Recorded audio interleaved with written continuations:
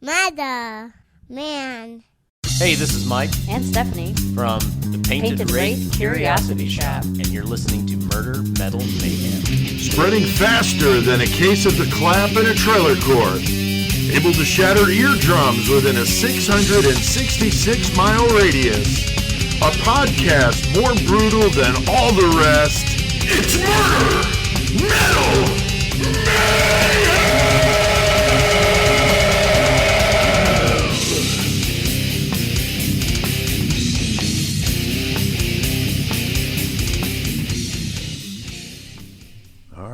What's going on? What's up, motherfuckers? Chris, we are somewhere totally different. It's Tuesday, but... Thought we had a lot of weird shit on our table. You should be in here. Oh, my God. We are at the Painted Wraith Curiosity Shoppe in Bloomington, Illinois.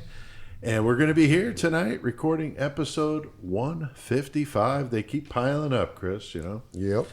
Now, I got Joey and Chris here with me. Plus, we're joined by the owners of the store, Mike and Stephanie Stoltz. So how is everybody doing over here tonight? Everybody good? Can't complain. Doing great. Mike, you got that Salem shirt on, 1692. I like that. And you just skipped a whole part of the show. I know. I'm just drawn to it. It's like staring me right in the face. But we're here, like Chris said, the coolest stuff all around us. This is pretty amazing. We definitely got to get some good pictures of this because definitely posting pictures. Yeah, for sure.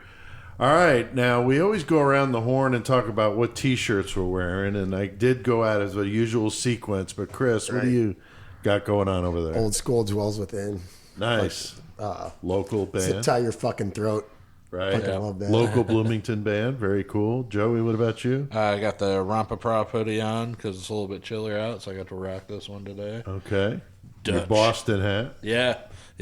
I'm pretty stoked. Yeah, I see they're doing pretty well in the playoffs. Pretty good. That's pretty scary. It's witchcraft. That must be. And Mike, we already said that you've got the Salem, sporting the Salem Witch Trials T-shirt over there.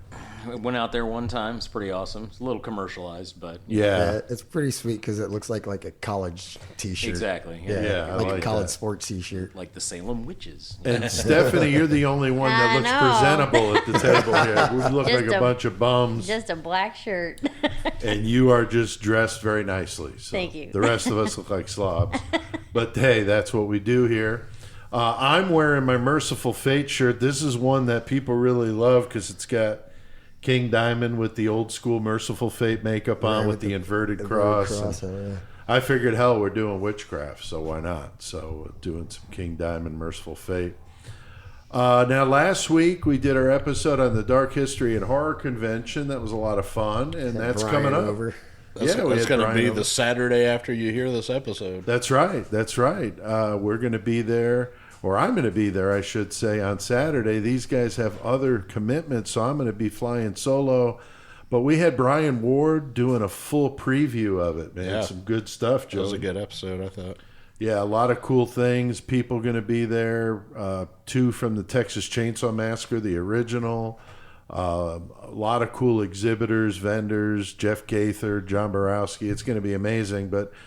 We talked about that, and then we had CK on to talk about Fear Factory. Fucking Fear Factory, oh yeah, dude. So that was cool. And Joey, you had a little mayhem for us. Yep, a little mayhem. That was funny. It was funny. The neck tattoo. No, I talked about neck tattoo, and then fucking. Yeah. I re-listened to the Crowley episode the next day. I hadn't heard that one yet. Okay. So as I'm listening to it, I'm listening to I knew I had already talked about neck tattoo, but I didn't realize how far I'd got into it. And as I'm talking, I'm like. I'm literally about to say the exact same thing I said tonight, and I did. It was the exact. I was like, all right.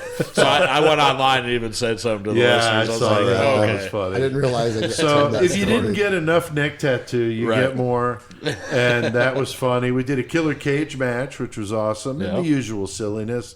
So if you missed that, episode 154, go on and give it a listen.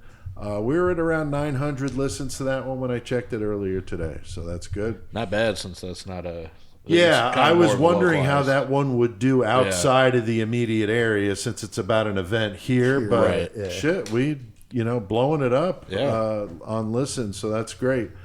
Now tonight we got a good one, perfect location to do it. We've been talking about this. We're doing a little witchcraft episode.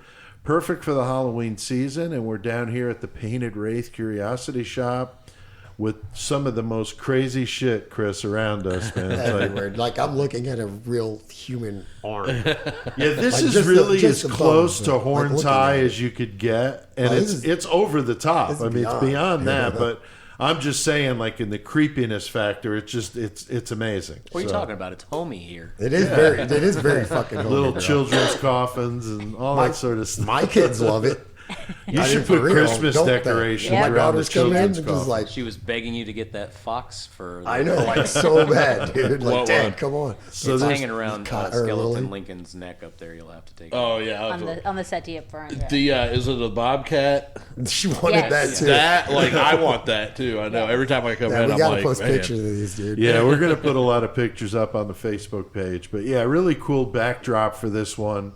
And we're going to do some things about witchcraft, a little bit of the history and some of the, the crazy things that people have done to witches Right. and the whole persecution of. Because obviously it's a fucking broad spectrum of topics. Yeah, you we talk could be about in here for witchcraft. hours talking about this. And certainly I don't know anything about it, and I'll be the first one to tell you that. So I don't know shit. we I'm here for, do the best we can. And actually, I'm here to get learned. guys, I kind of feel somewhat redeemed in that we entered the Apple Top I 200 saw that. comedy podcasts Comedy. Nice. as a comedy, but we like legitimately are trying Yeah. to report facts, but yet we come off as like buffoons. But that's cool, You got to though. start somewhere. So Yeah. it's okay. But no, I'm not complaining at all. If I we just got think it's people funny. laughing about it, that's cool too. Yeah, I mean, you exactly. think about Yeah, it. it's One like of the Yeah, we greats. take At some least of the you're more, laughing, dude. Yeah. the more Yeah. fucked up topics we talk about and make people walk away laughing. I guess that's something to be said If for you think that. about it, George Carlin, one of the greats, he was presenting a lot of facts. That's true. Yeah. He was a comedian. That's true. That's So- true. So we've been called the Beavis and Butthead of serial killers. So we are kind of dumb and silly, but it is funny that that we entered finally the top 200, but under comedy. So That's great, though. Now, CK is not feeling up to it tonight. He contacted me this morning, said he's just not going to be able to do it. So, Joey, you're stepping in to cover CK's segment tonight. Yeah, it was lucky. I was pretty stoked it was a band that I already knew about and listened to myself because CK, he listens to some obscure stuff or just some stuff Right. I've never heard. Right. So I was like, uh-oh. But, the band's Witchcraft tonight, and Right. it's awesome band. So. Yeah, very cool. So you're going to do that, and I don't know anything about those guys, so I always like to learn something new, and that's awesome. So Joey's going to be stepping in to cover for the great metal motherfucker tonight. Now we got a good killer cage match. We got some listeners, Chris, we want to say thank you to for contributing. Yeah, we got Samantha Cram, Nicole Frisk, and Dan Lance. Thank you all for checking it out and throwing them numbers in. Fuck yeah. Yeah, Appreciate that's you. awesome. They provide the random numbers, and that's how we decide who fights in the cage. Joey, we got a good one tonight, man. Yeah, we're going to have fucking... Your that- boy. Yeah, that gross motherfucker from the New York streets of Poughkeepsie, fucking New York, Kendall Francois. Yeah. And he's Oh, going to yeah. go at it with the fucking Gainesville Ripper, Danny Rawlings. That should be a good matchup, man. Man, I wonder if Kendall Francois is going to spit a freestyle over Rawlings' guitar riffs. Yeah, that'll be a good one. Kendall Francois versus the Gainesville Ripper, Danny Oh, yeah. Rawlings. So that'll be good. And they're going to have two objects and a variable in the cage with them tonight. So that'll be in the Mayhem segment. You have to stay tuned for that. Thanks to everybody out there listening to Murder Metal Mayhem. Keep seeing the numbers coming in. 2,900 this past week. That's awesome. We got some great news, as we mentioned, entering the top 200 of the Apple pretty sweet. podcasts in the comedy section, which is funny. 198, but hey, we'll take it.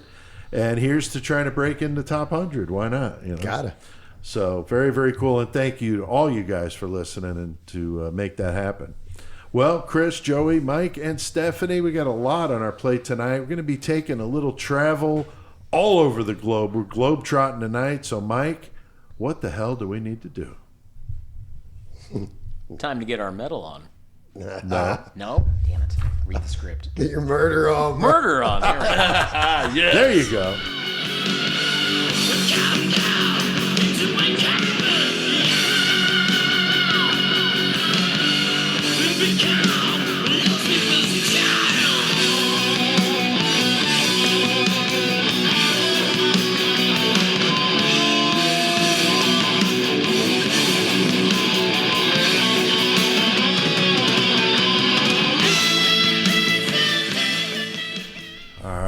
classic Merciful Fate, the song Into the Coven. Chris, I know you love the King Diamond stuff. Dude, everything he does is.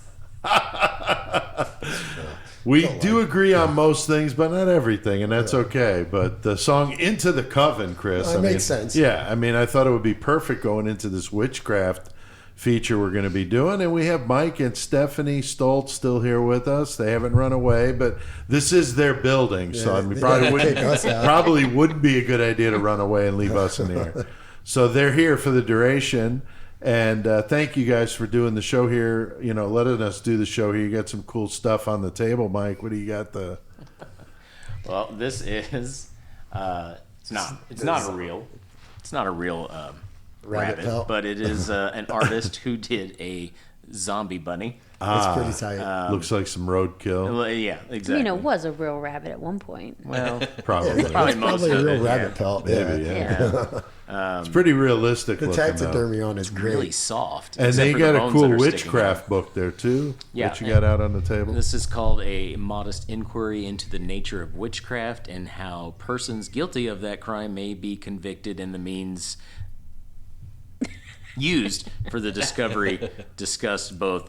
Okay, so that's way too long of a title. Right, it's like a modest proposal. But it's an old book. Right. It's newly printed, but an old-looking book, and it's cool. It screws me up a little bit because in the old language, Right. S Old English. looked like an F. Right. So you're reading it and it's like modest. And like, no, that's not right. Yeah. But you got all sorts of cool stuff here. Just a couple of little examples here. As we go, I'm sure we'll break out some more stuff. And so we got the setting here perfect. And Stephanie, how has business been going so far? It's going really great. Really can't complain. The community's been very positive. Awesome. Great response to it. You never know with something like this how people are going to respond to it. Right. Something new. I mean, there isn't anything like it that I know of. No. In even Peoria, Champaign, No, the whole there's area. definitely nothing around this like in town other than you guys. And Right. Well, and even those travelers we've gotten have been going from St. Louis to Chicago, Mm-hmm. who have gotten off the interstate to come in the middle of town Wow. to visit, and they're like, "Yeah, we don't have anything like this where we're from." Hell yeah. Oh, that's cool. That's fucking sick. That's really cool. That's awesome. Now, Mike, if we have any Low 12 fans listening, of course, they're going to know, possibly pick up, that you are the same person as what was previously known as the sexy bearded handyman That in is the correct. brutality report. So just in case anyone hears me slip of the tongue instead of Mike, refer to you as SBH or just sexy or sexy bearded or anything of the following. Right. We're talking about you. Right. Okay. Correct. So Still sexy. still got the beard. more beard. More beard. Yeah. Less handies. Well, that's okay. Less That's handies. okay. Chris, Witchcraft, definitely a very wide open topic with a lot of ground we could cover. But, we're not experts on this. But we're going to do some of the basics, and I think some things our listeners would like. What do you think? Probably you guys are. I'm here for the fucking learnings, like I said, dude. I don't know shit. I didn't even know what to look up. Like, witchcraft is all kinds of different things. I'm like, where do I go? And that was part of the thing when I was putting these notes together is where do you take it? I mean, we could have spent the whole night talking about just one part of this, but we're kind of hitting some different things. And Maybe next Halloween we just do different witchcrafts for the whole fucking October. We could. Joey, I think witches have been part of horror since the beginning of it all. What is it you think about witches that makes for cool horror, themes and books and movies and stuff? I mean, obviously, they were persecuted by religious entities forever, so that's always going to create something that people want to get into. Anything that the church is against, people are interested in. Right, that's a good point. Another thing with witches, and you got to think, witches are way more popular than warlocks. And the fact is because there's a sexual aspect to it, too. Right. Because you got witches and they're, casting spells over guys and things like that. And there's a lot of, a lot of that in the lore. Alluring goddesses and things like that. Right. So you got that coupled with, going into the media generation whenever movies were coming out and things. And then you really started, bringing in cute witches and things like that, to create even more of the fantasy. And then I don't know. There's a lot to it, but I think even people that wouldn't necessarily be into witchcraft itself would be interested in watching a movie about it or reading a book about it because of some of those elements. Yeah, I think that's a good point. The sexual nature can't be taken out of the equation. It really can't. Now, I thought witchcraft would be a good topic for us to do when I was doing research for my short story, A Dreadful Life. And in that story, the main character is dealing with witchcraft in Salem during the infamous trials, the 1692, as in references to Mike's shirt over there. So I found all sorts of things out that I really was interested in, and I thought it would be good for us to cover, especially the witch hunts and the trials and the persecutions. I think is fascinating to realize how people that you would assume would have a lot more goddamn common sense do something like, no, crazy. fuck you. Wow. So we're going to talk about that part of it, of course. Yeah. Now, the origin of the word witchcraft, the word itself is over 1,000 years old, and it comes from the word Wicca in Old English that can be translated to wise. It was originally a masculine word, and the word witchcraft can be loosely translated to craft of the wise. In ancient times, many of these civilizations worshipped goddesses. Joey, you brought up goddesses. Women were looked at as the goddesses of creation, Isis, Ashara. These are all, very famous goddesses from previous cultures. But then as the male-dominated vision and war became more of a thing, the goddesses kind of took a back seat. And organized religion didn't help because, like you said, Joey, whatever the organized religion is against, people just kind of fascinated. Persecution all day. Yeah. So at one time, women who were known as witches was a good thing, and they were the ones who came up with the cures, with natural remedies. They prayed more than the rest of the villagers. They were considered to be wise, and some actually called them the wise women. And these were very important women to these, villages. So they're taking care of disease. They're basically acting as doctors. They're delivering babies. They're taking care of the sick. They're cooking. I mean, they're doing all sorts of stuff. Now, Stephanie, you are, of course, the only woman here at the table. So I thought this was interesting to pose to you. As history goes on, the way people perceive witches is so different. Some would interpret that as, like they said, that male-dominated perception and wanting to blame things on women. Do you think that is probably a lot of it? Yeah. I mean, it's definitely. I feel like the tides are turning to some degree with social justices, things like that, like people, trying to even out the playing fields. But, but yeah, I mean, I think. I don't know. Just it has been a male-dominated world for a very, very long time, and now I don't know. Things are changing. I think so. The Old Testament doesn't help matters with Adam and Eve and all that. Eve being the evil one that That's right. Listened to Satan or whatever. Now, Chris, we know that it was common during colonial American times that the villagers didn't know what to do when things happened, so they kind of needed something to blame it on. Yeah. So I guess basically they just fucking find a girl that, or not even just a girl, but has a different thought pattern, wants to think a different way than everybody in the norm, and they're just like, no, you're not right. There's something wrong with you. You're sick or a witch or whatever. Right. So they're going to do what they can to try to get them to admit that they are, but they never will, and they just do bad things, burn them at the stake, fucking everything, just because they don't agree with their thoughts. Yeah, and I think too, when you don't have the scientific know-how to understand why is it flooding, you just, it's a witch. It's a witch. Yeah. You blame it on something, whatever it may be. Witches were just convenient, as you pointed out, Chris, kind of the non-typical people in a village, an easy person to pick on, a loner type, because they're different from us. Right.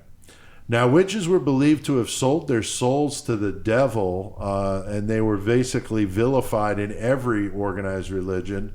As time goes on, the witches are believed to be able to fly from their pact with Satan, and they were believed to attend secret Sabbaths or black masses. Some were believed to do animal or human executions, and witches were believed to have had sex with Satan himself at these Sabbaths. I mean, it's almost like watching what's the anti-pot movie that Reefer Madness. Yeah, watching Reefer Madness. Yeah. It's like so fucking Full absurd. propaganda, yeah. It's crazy to think that these people actually believe this stuff.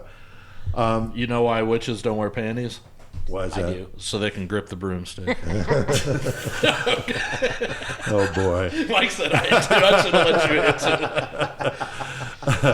I I don't want found to it. step on your punchline. I found it interesting, though, that the belief that most witches today are very much geared toward respecting nature, being good to each other, being into nature and things like that. Very, very positive. Oh yeah. But it's amazing how people still look at it in such a negative light. So fighting diseases like AIDS or Ebola virus can be hampered when people believe in that kind of stuff, in witchcraft, because they won't listen to modern medicine. They want to believe only in that, and they're not open to trying other things. So there's the flip side where it's a positive thing, but it can also turn into, like in a case where people are uneducated in these small villages, to believe that a modern medicine can't cure the disease that they've got, and they only believe in the holistic, natural type stuff. Not to say that there's no benefit. I think there has to be kind of a balance. So, Joey, I think that one of the things that makes witchcraft out to be so bad is Christianity, and as you said, the other organized religions. It's amazing. That anything that flies in the face of what they believe is just terrible, Yeah, I mean, it was basically like an army, the Christian army, that was going through the lands, and they were like converting everybody they could. And it's like, oh, well, if you're not going to comply with what we're saying, then obviously you must be of the evil sort. Right. And while they're getting all these other people backed up behind them, it's easier to make people believe that. So these people that are just trying to kind of think for themselves, or they might not even be that. So they just don't maybe necessarily agree with what these people are telling them. Which is, I mean, that's what people are supposed to do, is have their own minds and things like that. Right. But at that time, hell no. And True. Witchcraft, wow, that was such a good scapegoat for them. It was. It was a free pass for murder and other such things. So. Right. Now, Mike, you guys have some really cool stuff down here that people that are interested in Wicca would probably be really interested in. What kind of stuff do you guys sell here down at the Painted Wraith Curiosity Shoppe? Well, we have an assortment of some stones over there, some different gemstones and such. And they use the stone. What are they? Because I don't know anything about this. So what do they use the stones for? The stones, I mean, any metaphysical, like a lot of them carry, for those that want to believe crystals hold energy. I personally believe that everything on Earth, it contains energy. We are made of energy. Even us, we are energy. So if we contain energy, then it would make sense that rocks and anything that comes from Earth would also contain that energy. Maybe just on lower levels than a human would, or an animal, but stones would too in that way. So each stone, it's believed that each stone carries different healing properties, or different metaphysical properties. So people use that, whether in meditation, in witchcraft, whatever, whatever floats their boat, whatever they want to do with them. Sure. But we have a variety of those. We have sage, we have Palo Santo wood, just anything for cleansing rituals, or just any of that kind of thing. We have the candles, which are made with witchcraft, so they are made with intention behind them. I think each one has the intention printed on the label. Correct. Yeah, and then we have the one that says summon. The no, one that says conjure? they're the ones on the far side. Holy crap. And then What there, Banish. and then there are some that. So we can banish the sexy bearded handyman then? Is that- How dare you? Got dragon's blood, witch's brew, crafted with magic. Fuck yeah, dude. And those are Coventry creations. They do a hell of a job. And not only do they smell nice and look good, there's like an 80-hour burn time on Yes. these. Oh, wow. Yeah. So they're you practical. May Yes. balk at the price to start with, but you realize, you're getting a lot for your Sure, dollar. sure. Yeah, fucking, And you got books, you've got We all have sorts tarot of cards. things. Yep. We have Tarot some cards. rune stones there if that's your jam. Okay. So, Very cool. Yeah, a lot of stuff here, as we keep saying. When I came in You need to here come check it the out. last time with my girlfriend, I bought her mom a bunch of stones, but I didn't really know what they were, you know? So I was like taking pictures of the names so I could look them up later. I was just picking ones that I thought looked really cool, honestly. Right. But, you know, then Stephanie looked it up later and was like telling me what each one meant. And I was like, okay, that's cool. I don't know if her mom, you know, used those ones or not. Right. But they were really cool, though. And then she bought it wasn't the Ouija board, it's the spirit board, the round one, right? Mm-hmm. Right. Yeah, that's really, and I had never really seen one of those before. I just always Pendulum used the Ouija. board. Yeah. We have the pendulums and pendulum boards, which is just another divination tool. Same thing like with the rune stone sets. Yeah, right. Just another way of communication Cool. in whatever way. But yeah, we've got lots of things, and I'm always asking with the witchy community that come in here. I'm always telling them if there are things that you are looking for let you know. For your craft, because I mean I practice, but I can definitely consider myself a baby witch. I'm still very novice, much learning. yeah. Yes, so but I'm always telling them, like, when they come in, if you are looking for something specific, please let me know. Like, Sure. I will keep my eye out. I will do what I can to try to stock those That's things awesome. to try to help that. So Very, very cool. I was interested because I was asking about the divinity boards or whatnot, you know, because I had never used one of those. And Stephanie was telling me it's kind of like whenever we went to Shakers and did the divining rods. Right, the divining the rods, concept's kind of the same between the Right. two. And Oh, it's cool. like, okay. You know, it's- Just a different form of. yeah. Interesting. Now, there are some things that are known practices of witchcraft. We've talked about a few of these already. Casting spells. This is probably the most common thing that people like me, who don't know a damn thing about witchcraft, to associate with it. Spells can be cast by saying certain words, a ritual, or a combination of both. They can be cast by using runes, or is it sigil or sigil? I didn't know how I to thought it pronounce was that word. sigil. Sigil. That's how I've always Sigil, heard okay. it. Yeah. They can also use wax or clay images of a person to affect them. That's voodoo, bro. Yeah, that's what I was The thinking. voodoo dolls are in the cabinet behind you. Very cool. Oh, did you move them?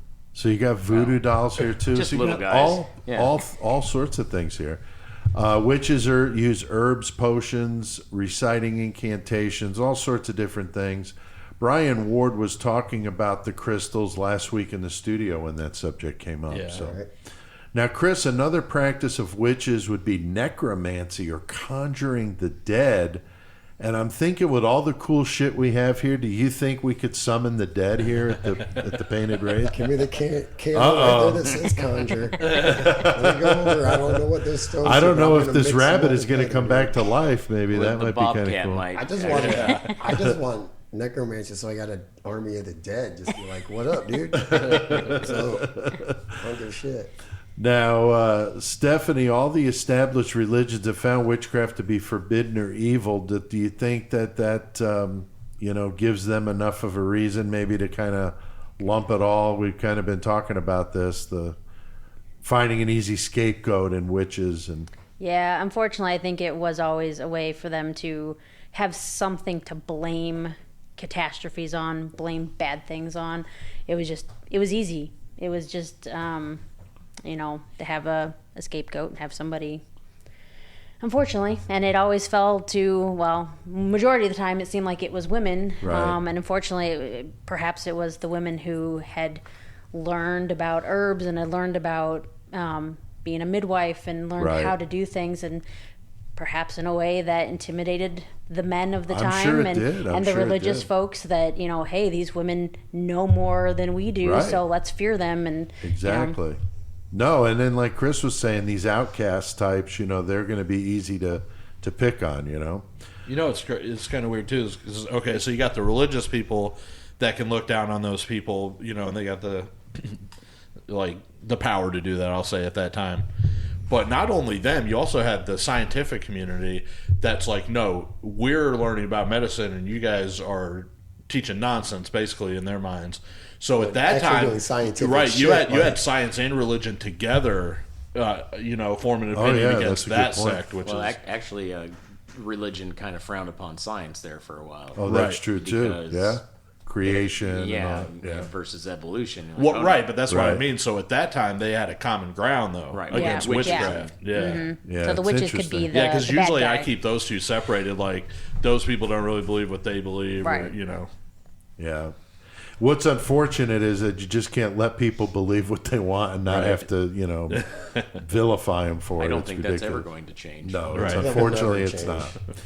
Now, speaking of the persecution of witches, there was a book written called the Malleus Maleficarum, published in 1486 in Germany by two monks, which translates, the name of that book translates to Hammer Against the Witches, and is a manual on how to basically Kill a witch. well, to condemn them, prosecute them, to convict them, and to conduct witch hunts. I mean, it was crazy. They felt women were the most vulnerable and at most risk to Satan, so it made prosecuting them a legal thing. And it was second in popularity only to the Bible. Go figure that at the time. So, yeah, the Malleus Maleficarum, Chris, just flying off the shelves, man. Because Flying. these dudes that wrote that book were the devil. Yeah. Like, Well, 1486, though. I mean, so this is, going back a ways. I wonder if John and Susan Bear fucking Oh, shit. the San Francisco Witch Codes. I wonder Oh, if my they God. got to reading that and shit. Oh, like, for oh, God's shit, sake. this is what on we a gotta head full do. of acid, they're like, "Oh man, this is the truth." That might be true, dude. Yeah, I don't know. I wonder if it's still in print. I'm sure it is. There was also that book Demonology, which King James wrote, that was also kind of a spin-off of that. Now, when I was researching witchcraft for my short story, A Dreadful Life, I was amazed to find out the things that they did. It was just unbelievable. That book was used by Catholics and Protestants for hundreds of years. It defines witchcraft as evil, witches as women, and was even used in courts throughout Europe. And they say 40 to 60,000 witches were executed over this whole thing. So unfucking believable. Now, most people know about the Salem witch trials here in the United States, but there was much more of this activity going on in Europe. I had always thought, as many people did, that witches were burned at the stake in Salem, but that was actually not the case.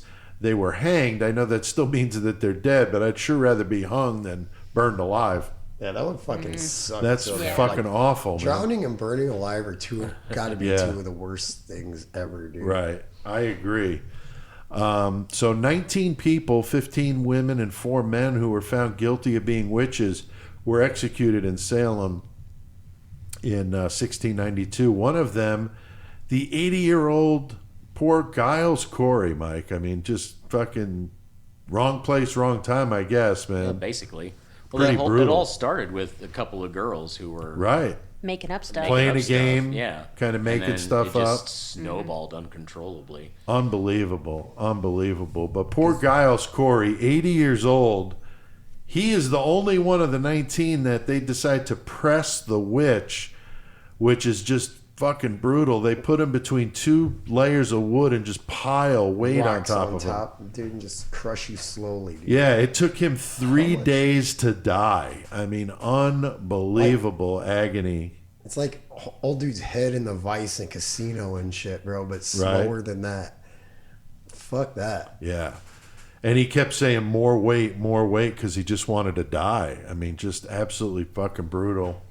But pressing the witch, definitely a nice holiday favorite, Joey. Get the family around. Yeah. Speaking of fun holiday things you can do, you're stuck in the house, with the pandemic going on.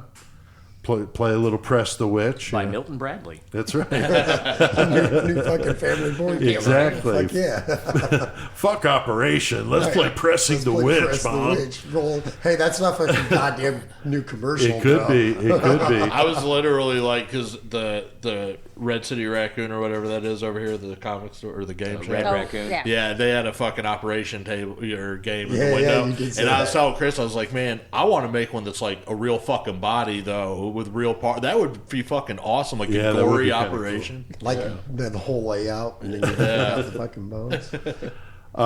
One practice also that we all know of is the swimming of the witch, which is where they would tie them up, throw them in the water, and then, real smart, if they drown, then they're okay. if they sink, they're okay. If they rise to the top when they drown, that they were a witch. Yeah. So. I like that I'm looking at a picture that says swimming on the wall, too, while we were talking about nice. Now, Chris, this is about as ignorant as it gets, because, I mean, they're going to die anyway, so, like, what the fuck? Throwing a motherfucker in the water, we were wrong. tied up. We were wrong, you know. My bad. Well, sorry about your wife. Maybe they were the original weathermen, because, you know, when weathermen fuck up, they're like, gee, sorry, you know, we thought it was going to rain. Gee, sorry, you know, she sunk, you know. Have you ever seen the movie Monty Python and the Holy Grail? Oh, yeah. Okay, the witch scene in that. Oh, that's right. Where they go on to, like, it's just chaotic of, like, how they figure out how she's a witch. But it's like, if she floats in water, she's made of wood because she weighs the same as a duck. And it's like, what? That's paraphrasing, but that's how it's ridiculous. It's so ridiculous. But they felt that if she rose to the surface, that the water was repelling her, and she had not, you know, been baptized. Float, I know, it's ridiculous. Like, what the fuck? It's ridiculous. So, Chris, I don't know what the hell to even make of that. It's pretty fucking ignorant. Like, you've seen a body drown before, right? Did you always think that if it floats, it's a witch? Right. So I'm like, wait, you've seen a body drown before? Right? Wait. Back up. You've seen a body drown before? Float, yeah. Okay. Yeah, I mean, haven't they ever watched a murder, you know, true crime where they weight the body down because it's going to float? You know what I mean? Concrete shoes. I mean, they didn't have documentaries. I know. But still. It's just so dumb. I'm sure back in those days when there's still colonial shit in the rivers, people fucking died in the goddamn rivers. Right, exactly. It happened a lot. Right. I'm sure. Of course. Now, there was one other witch finder from Scotland known as the Bellman. I thought this was kind of cool. Who did similar stuff as Hopkins. He was the one in Essex, England, known as the Witchfinder General. But the one in Scotland, the Bellman, I thought was cool. I was not able to find much on him, which would be, I thought, a kind of a cool episode for us to do. But I need to find something out a little bit more, because he never went by a name. It was just the Bellman. The Bellman. Sounds kind of neat. In Salem, the whole thing started, as we said, from playing a game, and over 200 people are imprisoned, 19 executed. Their bodies were left to rot, and soon after that execution in Salem, this is funny, the wife of the governor of Massachusetts was accused of being a witch, and amazingly, trials were over. Yeah, you know, we fucked up, so they let everybody out. But you know, the governor's wife, of course, was not going to be condemned to death like old Giles Corey. That's my woman. Yeah. Now, Joey, one of the most interesting people when discussing this was the Witchfinder General, old Matthew Hopkins. Pretty crazy, man. Yeah, you know, as the story goes, you know, that he had over 300 kills on his belt of so-called accused witches. Right. And that was within a 3-year period, so... That's fucking he made a lot of money. Yeah, he made a ton of money. I mean, that was his job, and he took it very seriously. He appointed himself the Witchfinder General. Like, what? How crazy is that? That's $100 a year. You divided up like 12 months. Yeah, like, I mean, he kept busy. I'm probably sure he had time for vacation. Well, every witch he got like a bounty for, so of course it was his advantage to go in and start claiming, oh, you're a witch, you're a witch, you're a witch. You know, 303 years, Henry Lee Lucas is like, oh, I did way more. Right? Yeah. That's fucking amateur hour. Here, hold my beer. Right. Yeah, pass me a Pall Mall and a strawberry shake. So this is just unbelievable. But, you know, Matthew Hopkins would have been before the Salem witch trials, so early mid-1600s. Now that the witch trials are all over the world, this was called the Burning Times. So this is pretty brutal. Some of the most brutal ones, though, Germany and France. The one that I read about and actually watched the documentary happened in Würzburg, Germany. This was from 1625 to 1631, about 40 years before the Salem witch trials. Würzburg was a part of the Roman Empire at the time and strongly Catholic. And during this period, it is confirmed 157 men, women, and children. 41 of them were children. The estimates go higher, like around 220 in the city, but 900 killed in the outlying areas. It was among the largest witch trials in German history. There were similar happenings in other German cities like Trier, Fulda, Bamberg, and estimates of 250,000 to 300,000 were killed this way during the burning times. That's just absolutely unbelievable. Yeah, that's nuts. Yeah, I was blown away. If you watch that Wurzburg documentary, it's unbelievable. Now, these accused witches were murdered in the most wicked ways: decapitation, hanging, burning alive at the stake, and more. They used thumb screws and even busted out the Iron Maiden, Mike. Excellent. They were burning large groups of them in the town square, and someone said there were so many stakes in the ground it looked like a forest. That's just fucked up. Again, Vlad, hold my beer. Very much, very much. Exactly. There was actually a written list of the confirmed victims that was found, but again, estimates were much higher than 157 that we know of, especially in the areas around the city. So it's fucked up to think humans could do this to each other. Now, Mike, I mean, we've known about some awful atrocities in the world, but the German witch trials and executions are about, as bad as it gets, man. Until the 1940s. Until after Hitler gets on board and they exterminate millions. So pretty fucked up. It's not really, I mean, yeah, humans do terrible, terrible things. It's not really out of the realm of possibility to think that humans could do that to other humans. Right. There's no need to fear, to break away from the subject, but ghosts. Don't worry about ghosts. Right. Worry about living people. That's true, man. That's true. Worry about your neighbor. Yeah. Now, we have a lot of German listeners, so I want to be real clear. We are in no way lomping modern Germans into this whole... Or Germans in general. Yeah, I mean, this is just... Unfortunately, sausage. mankind has done some awful shit to each other. Right. So I want to be clear. No slight to our German friends. Now, in the modern times, witchcraft is still alive, and I know we were talking before the show, you guys kind of corrected me here, about Wicca, which is more or less the religion, and witchcraft can be practiced by people that are not necessarily Wiccan. Mm-hmm. So correct. I want to make sure I'm right here. Now, Wicca apparently is inspired by a theory posed by an English author, archaeologist, and historian, Margaret Murray, who wrote The Witch Cult in Western Europe, was published in 1921. She insisted that witches were not obscure as we thought, but were more mainstream in Europe for their time. Some discredited her, of course. Others, like Gerald Gardner in 1954, also published stuff like this. He was sort of the forefather of Wicca, and by the way he practiced it was very similar to what Margaret Murray was believing in. So in our modern world, like you mentioned, Joey, shows like Buffy the Vampire Slayer, Charmed, Harry Potter, they portray magic in a much more positive light, and we see witches commonly in costume during Halloween. So we're not really, thankfully not all, burning people like they were back in the fucking day. I'm not saying we're perfect. Just wait. But at least we've come that far. Now, witchcraft and Wicca has also been associated with feminism, since there is that concept of women doing something on their own, especially for something that is not condoned by established mainstream religions. Wiccans say that they believe in the power of nature, and they don't believe in the afterlife, which I found interesting. And they do have a code of conduct that says, do what you will, but harm none. So I don't see any harm in that at all.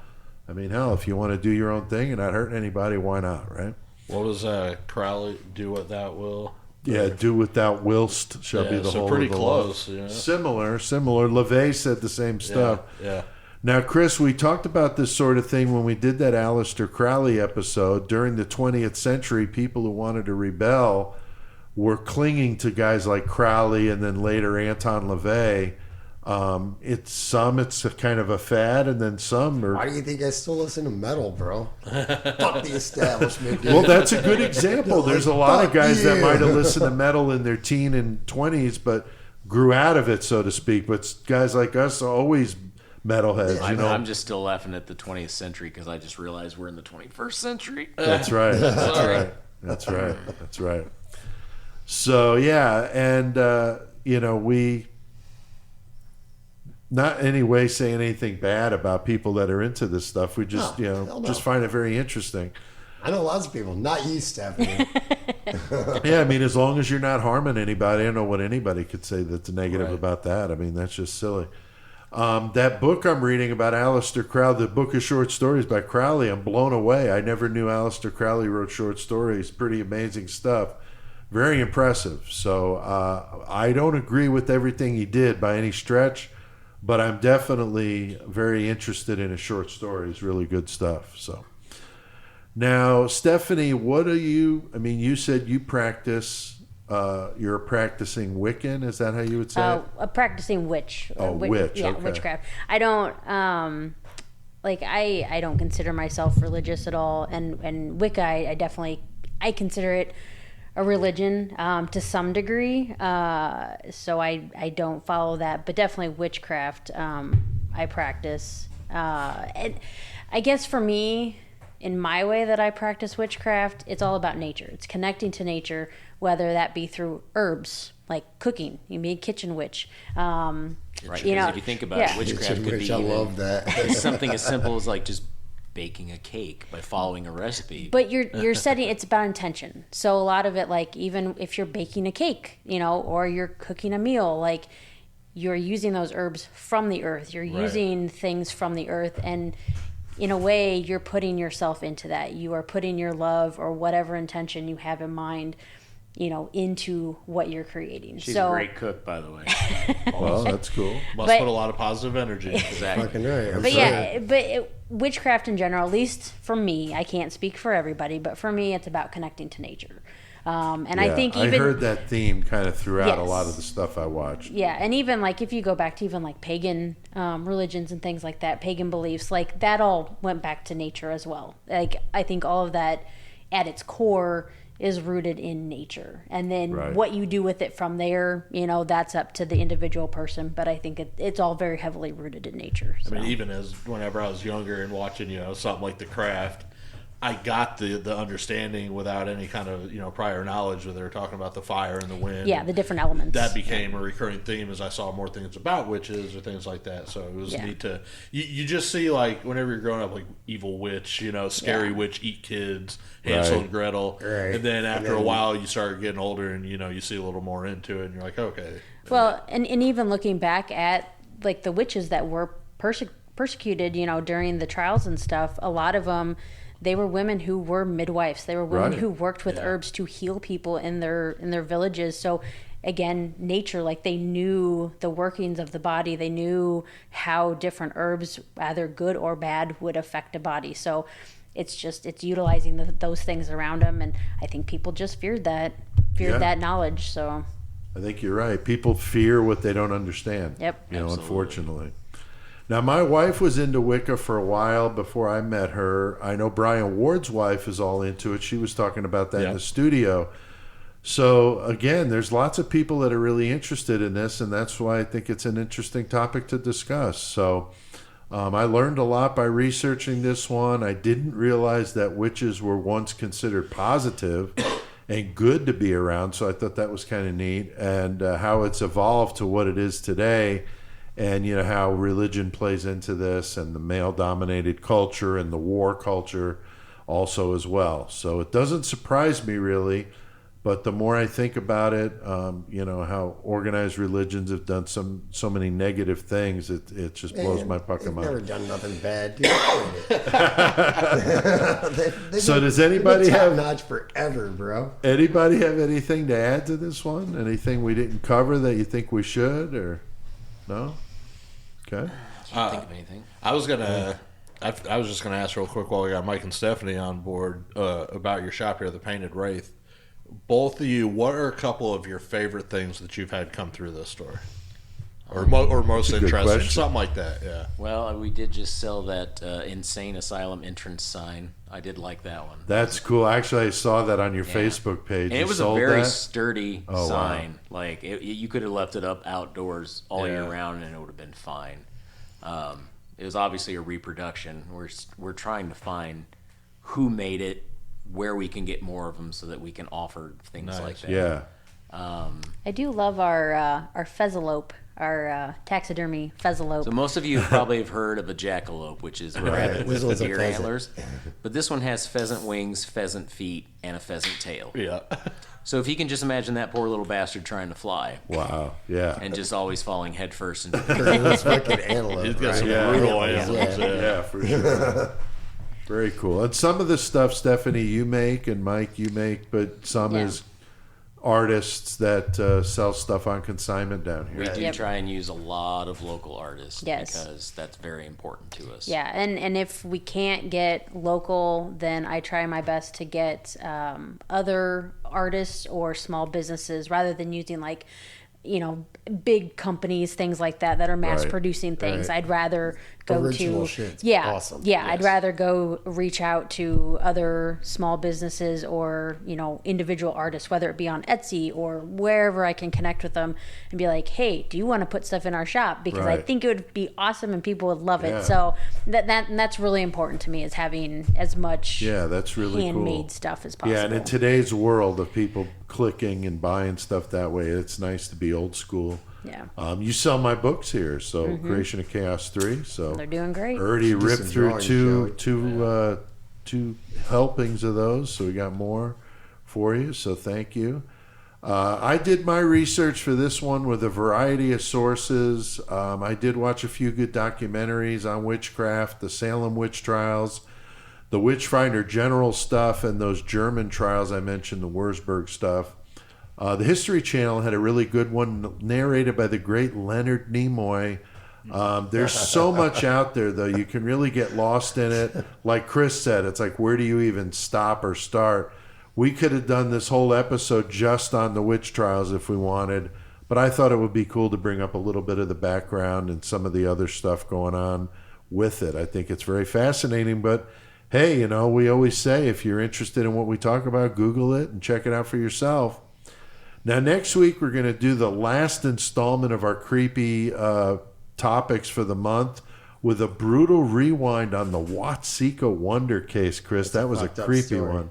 Joey's in this time with us too about it. So Yeah, it's a very, very fascinating case. We're going to do that one not too far from us here in Watsika, Illinois. A very, very cool possession case with two families in the town. And Joey, you did the page a day on it. Yeah, I and brought we it back thought up. that would be cool to do it again. So we're going to talk about that next week for a brutal rewind.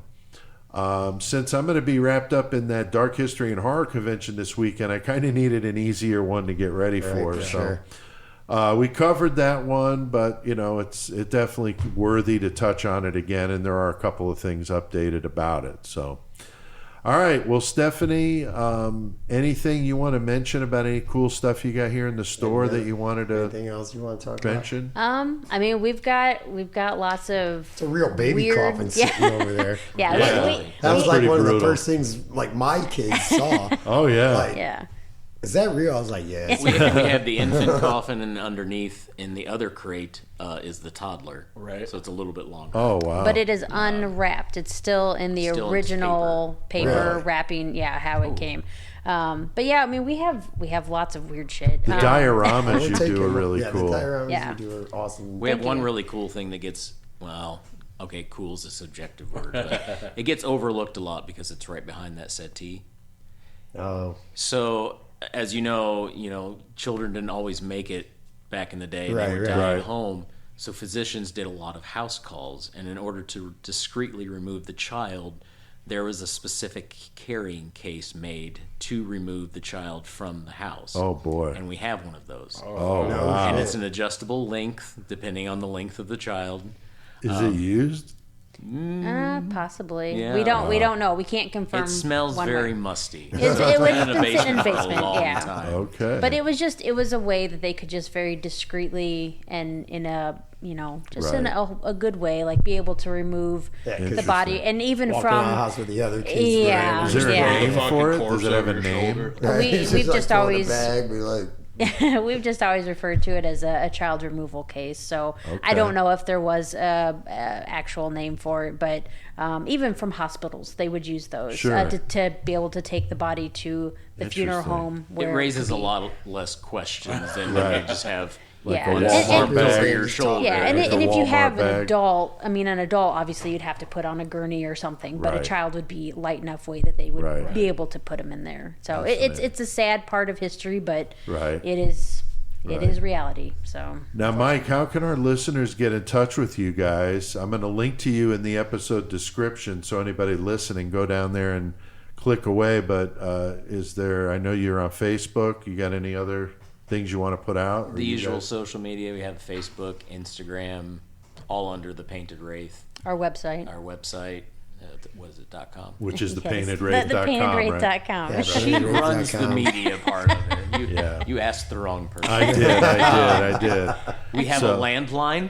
A fax For those of machine. you, no fax machine. For Now, those you of guys are not selling online, correct? Not yet. I Not am yet. actively working on it. Cool. It's just my primary obviously was to get the store up Right. and running. So phase 2 is to get the online store up and running. So Awesome. hopefully, I'm hoping. Fingers crossed in the next maybe couple weeks here, That would maybe be I awesome. can get it up. Hell yeah. So Very and cool. I won't be able to have everything up there, obviously, but at Right. least At at least least you a get chunk some of shit it. on Yeah, that. yeah. And then That's they just really start cool. with like local pickup to start with. You know, Sure. you buy online, come by and pick it up. And then it can Right. evolve over time. Right. But So, yeah, Yeah. baby steps. yeah. That's awesome. That's No pun awesome. intended. Well, definitely I'll link to that in the episode description. And don't forget, listeners, I'm going to be here doing a book signing on Saturday, October 30th, the day before Halloween, from 1 p.m. to 4. I'm going to bring my books, all of them, with me. If you're listening and you have one of my books and want to get it signed, bring it down here. You could come and take a look at this awesome store, and we encourage you to come in and bring a book. If you want to buy one while you're here, I'll have them all here. So very cool. Hopefully you guys come out to that. Joey, you got any good page a days for us? I got a little bit of page a day. He said, I got a whole novel. Well, no, it wasn't I'm much. fucking with the ground Like I fucking had said last week, that basically they delved into the Amityville, so I'm going to talk about that, which is, kind of made sense for the Halloween. Right. If you guys didn't hear last week, I pre-ordered the next edition of the Page a Day. True That's Crime. awesome. Yeah, so we can keep it going. It's been interesting. So the first one I got, all it is a comment, and the listeners that know, usually I take these and I put them on the wall at the studio, horns high. So I'm going to save this it's a one. quote? Yeah, so I'll save this one to add to it, but it's from John Wayne Gacy, and it's one of his more famous quotes, but still a good one. And Gacy, he said, "Clowns can get away with murder." Right. And That's it. That's all you need to know. And coming That's from it. Gacy. Right. The second one I got, now this is one of the unidentified body cases that I talk about every now and then. Right. The John and Jane Does. They call this one an Oscar Doe. So this was a 16 to 25-year-old man, white, and he was wearing blue and black wool sweater, off-white long-sleeve button-down shirt with snaps on the collar, khaki pants with cuff legs, brief-style underpants, white or off-white undershirt, black leather lace-up shoes. So he was dressed, somewhat business casual. So he was discovered in a metal trash container on April 23rd, 1985, during the excavation of a construction site in Glen Burnie, Maryland. Now, we've had one of these before, too. It was estimated he had been dead for 5 months, but it could have been as long as 15 years. Remember we had the guy that was stuffed in the chimney? And they were like, this guy was dead for like 3 months or 3 years or something. Yeah, I don't know. It's so mind-boggling how there can be that big of a distinction. Now, I guess, if a body's preserved or kept somewhere for a long time and then moved to a different location, I think that's kind of like, that makes sense. But Sure. So along with his body, they found a plastic comb, coins, nail clippers, a small canister, 3 folded sheets of paper, and a key and a ring key, or a key ring. And only one of his hands was there, so one of his hands was missing. So. They just took his fucking hand. And So that was Oscar Doe. Never figured out anything about it, but found that body. And Why they go with Oscar? I don't know. I don't know why they went Like, with that. not all I can John. think of is Sesame Street. Yeah, I don't there know. you go. Right. Stuffed into a trash can? Yeah. Right. Oh, you might have got on Ding, something. ding, ding, there. ding, Oh, ding. damn. There we go. Sexy bearded handyman. All right, so the last thing I'm going to talk about, and this is whenever Paige Day was talking about the Amityville horrors, so the murders in Amityville. And, of course, you know, our horror listeners, true crime listeners, both of them can, you know, associate with this. Yeah, definitely. And we also did the Amityville episode, too. Right. So Ronald DeFeo, people can go back and listen to that, too. So Ronald DeFeo Jr., he runs into Henry's Bar in Amityville, New York on the evening of November 3rd, 1974. November 13th, 1974. And he's sitting there, you know, frantic and crying and pleading for help, and he says that his mother and father have been shot. So a group of them from the bar go with him back to their home at 112 Ocean Avenue, and they found a completely gruesome scene. The entire family was dead.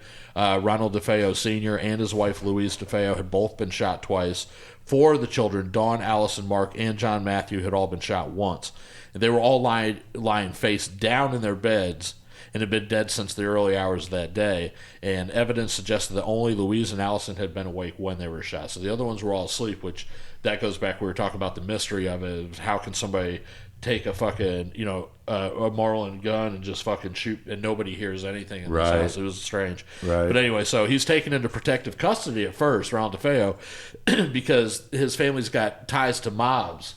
Because of his uncle was a cap regime.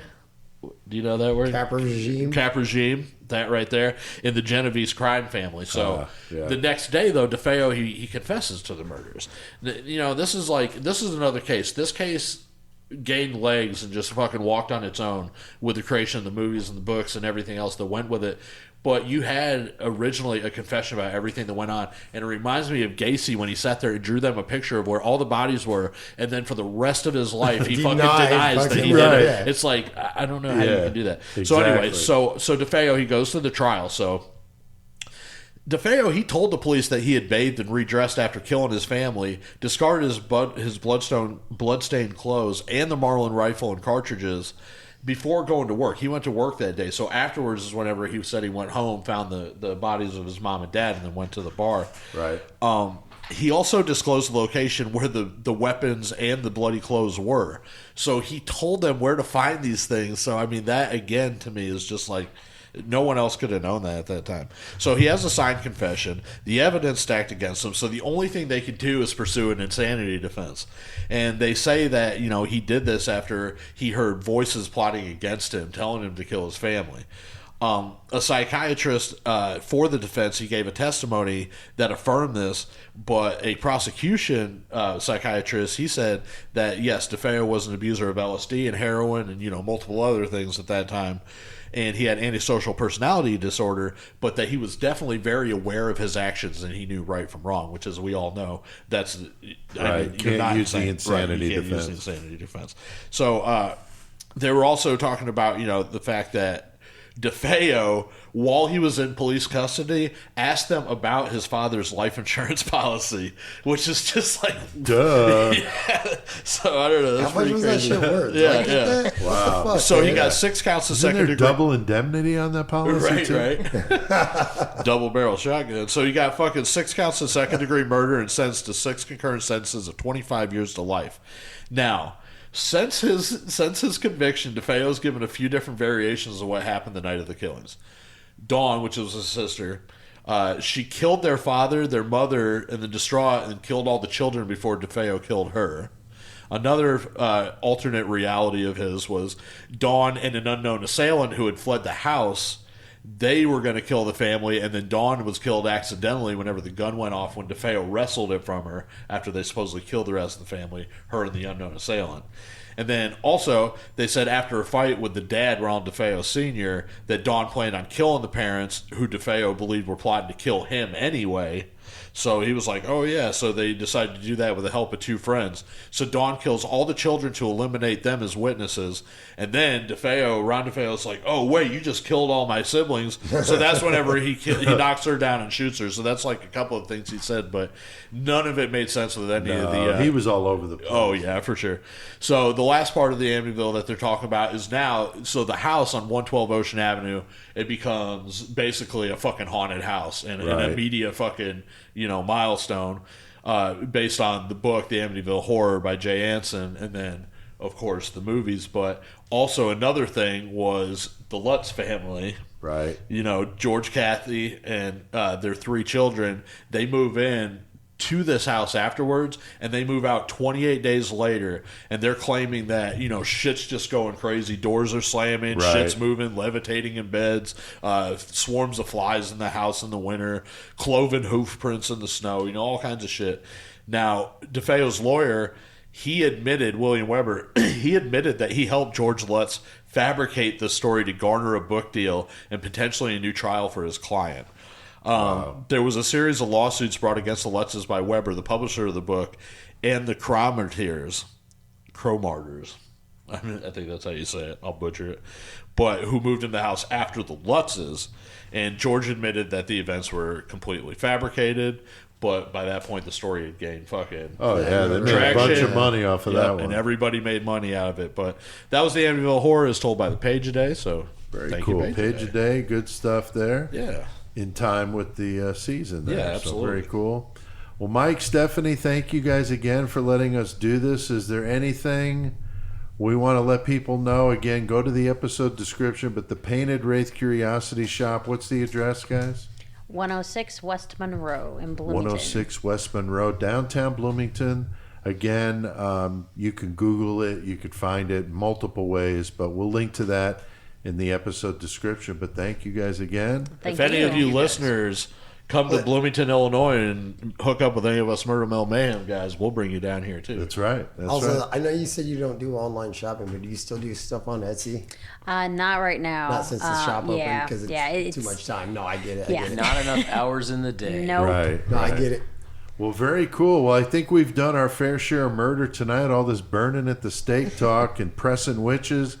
I hear that familiar music. We're going to be talking about some metal. So, Stephanie, what do we need to do? Let's get our metal on. Known the world over as the master of metal, the crusher of posers, and Murder Metal Mayhem's knower of all things metal, hailing from Wildman Street in Danbury, Connecticut, standing at 6 feet of brutal, punishing madness, weighing in at 220 pounds of poser pulverization, the one, the only, toughest bastard on the planet, Chris C.K. Kovacs!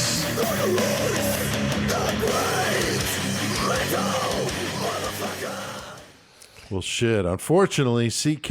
We do not have the great metal motherfucker. That's right. With He's us. down for. He's just not Health feeling reasons, well tonight. man. Not feeling good. Just like it's like I'm gonna take the night off, boys. We're like, all right, we got it. That's right. So horns up to CK. Hope you get feeling better, buddy. Yes, and sir. Joey, you're going to be stepping in to pinch hit for the great metal motherfucker tonight. I'm gonna. And what do you got for us? I'm gonna do the same band he was gonna do, which since we're doing the episode on Witchcraft, we're gonna do the band Witchcraft.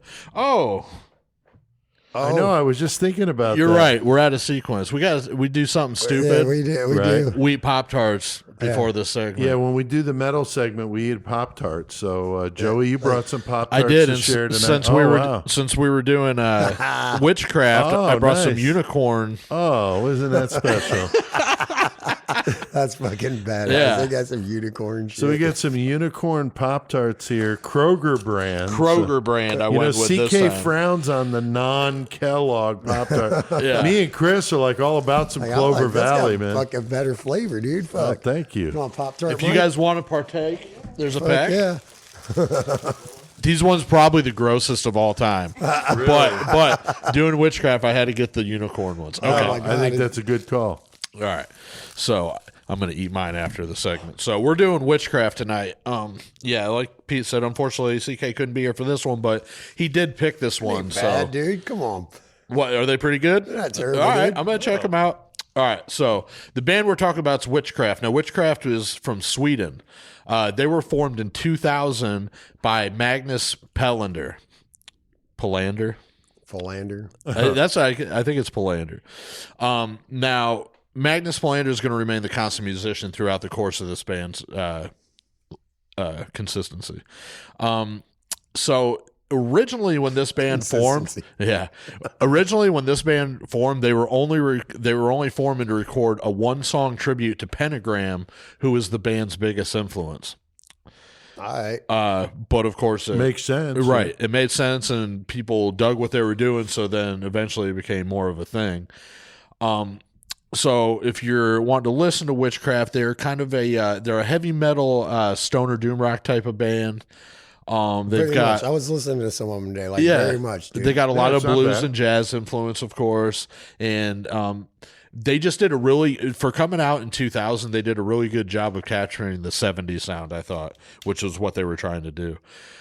So their first album came out in 2004, and it was a self-titled called Witchcraft, and it was on Rise Above. It was a pretty good album. I'm not going to talk about all the members that they had throughout the years because, like I said, Magnus Palander was the only consistent member the whole time. So it was kind of like a rotating door. It's like Gringello. Right. And also when I was doing this, I was like, man, I don't want to talk shit because if I was one of the guys that was on one of the albums, I'd be like, oh, I was part of that too. Right, yeah, exactly. And I get that. So I'm not downing anybody, right. I'm just saying that this guy stayed with him. So Witchcraft was their first album, self-titled. Now their second album came out in 2005, also on Rise Above. And this one was called Firewood. To me, this is their best album. Like it jams hard. Like it's a fucking just really, really good album. They continued that up. They did a split with Circulus in 2005, and they released the track If Crimson Was Your Color as an EP in 2006, which led into their third full length in 2006 called The Alchemist. That album was equally just badass. Their first 3 albums were just really like top tier. Yeah, really, really. Well, I'm not going to say it was their best shit because I think they were pretty good all the way through, but those 3 are just like, they're fucking, meat and potatoes, I guess. Now on The Alchemist, in my own opinion, I thought that Magnus's voice started catching a little more of a Danzig vibe, which I wasn't against that. I thought it sounded really good, but it was just like they were trying to do that 70s thing for so long, and you get a lot of the Sabbath influence, obviously, but as they went on a little bit, I heard more of like the Misfits coming out and something like that, changing up a little bit. So I thought that was pretty cool. Magnus Palander, he's an amazing fucking vocalist, just hands down, period, and musician. So they did those 3 albums on Rise Above, like I said. Then they took a 5-year hiatus, and they came back in 2012, and by this time they had switched labels. Now they were on Nuclear Blast. So Nuclear Blast picks them up, and they put out their 4th album called Legend. Now, this one had a newer feel than their other albums. To me, it didn't have so much of a 70s sound. It was almost like whenever Black Sabbath came out in the 80s. Like there was a different sound between Sabbath 70s and Sabbath 80s. Like little more touch of production, and just the way that the music was steered was just a little bit, I don't know. It was different, but if you know what I'm talking about, you know what I'm talking about. So Legend, that was a good album. That was 2012, like I said. Then 2016, they put out the album Nucleus. Now, there's people that consider that one a masterpiece. I also thought it was really, really good. Like I said, I listened to about half of that today, because I was going through work doing really good psychedelic tones to it, sure. And also, a little bit heavier even than some of their other stuff. Like fucking the album I listened to before that was black metal, and I was like, the hell? Well, and that's what leads us to the last album, which came out last year, 2020, Black Metal, which all that was an acoustic album. Yeah, like and for real. It only had Magnus Palander on it. He was the only musician on the whole album, so he did everything. And besides a little bit of synth keyboard on it, and I think one song, the rest of it is basically all him with vocals and acoustic guitar. So it's not unheard of in that genre for people to take the acoustic route for an album and stuff, and the doom rock scene and stuff. It happens. It's not like by any means a first, but for anybody that was a fan of Witchcraft and their sound, it was kind of like, you could have probably put that out as a solo album, which he had also did a solo album too. So it's a little bit different. So in my opinion, if you're going to go back and listen to Witchcraft, listen to the first 3, namely my favorite was Firewood. I think that's whenever they had the best sound. So the original album Witchcraft was re-released a few different times by a couple different labels. I can't remember all of them. I know Candlelight did it and a few other ones, but the last one that did it was Leafhound Records. And whenever they put it out, it included a cover of Pentagram's song "Yes I Do." Now, I found it interesting to see that there were a few people who had bought the original vinyl, the original Rise Above vinyl of that Witchcraft self-titled album. And the vinyl had that song on it too back then. But the cassettes and the CDs, it was right. It was omitted from those. So that's fucking yeah. crazy, I thought dude. that was pretty weird. I don't know why that would be, but something cool for the collectors. So that's the band Witchcraft. Check them out. You know what I'm saying? Light up some joints and just chill and listen to them, I guess. Dude. Yeah, they're badass. That's cool. I do got a Lost Classic. Yeah. And I thought this one was good for the time of year they were doing. And my Lost Classic is Samhain, November Coming Fire. Now, assholes call it Sam Hain. Right. I do know that. Right. And to be honest, most of the metal culture, like, they are going to call it Sam Hain. Yeah. I'm talking about the same band, but Samhain's the name of the band. And Glenn Danzig was, like, very adamant that that's what it was called. And every time he mentions the lyrics in the songs, it's always Samhain. So, but that album came out in 1986, and this was they had he had left the Misfits, and this was before he started the iconic Danzig band, and Samhain only had basically 3 albums, which one of them came later on, so they only really had 2 albums in that transition period, and this album was to me the most metal. The most metal of anything that Danzig's ever done, because it went back more to the blues sound and everything else whenever he did Danzig, which I love all that shit. John Christ is an amazing guitarist, but the Samhain stuff is a lot, I don't know, just more metal, I guess. They even did a Misfits cover called Halloween 2 on that album, which is really, really cool. So yeah, that was my Lost Classic. Samhain, November Coming Fire. Very cool. Very cool. All right. Well, this is the spot of the show where we play some 666 and talk about what we've been listening to. So let's let it go.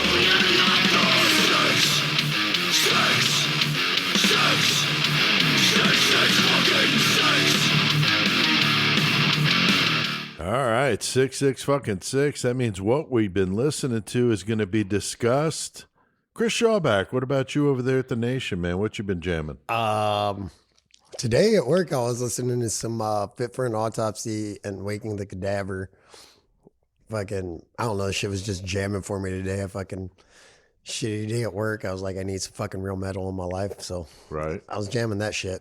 That's cool. Joey, what about you, man? I was jamming that Exilum still. Yeah, that Exilum. Me too, man. I was jamming that at the Nation the other day. Yeah, last night, like, I took the fucking TV outside and everything for fucking Monday Night Football and shit. Like, we're chilling outside. Before that, we're just watching or listening to music. And played the Exilum, and it was fucking dope. Yeah, I really like those guys. Jamming fucking Witchcraft, obviously, because I had to fucking refresh myself to do the episode, and also in the car right now, I got the Brother Lynch hung. Yes, so. Very cool. Yeah, I've been listening to that Exilum as well. Really like those guys.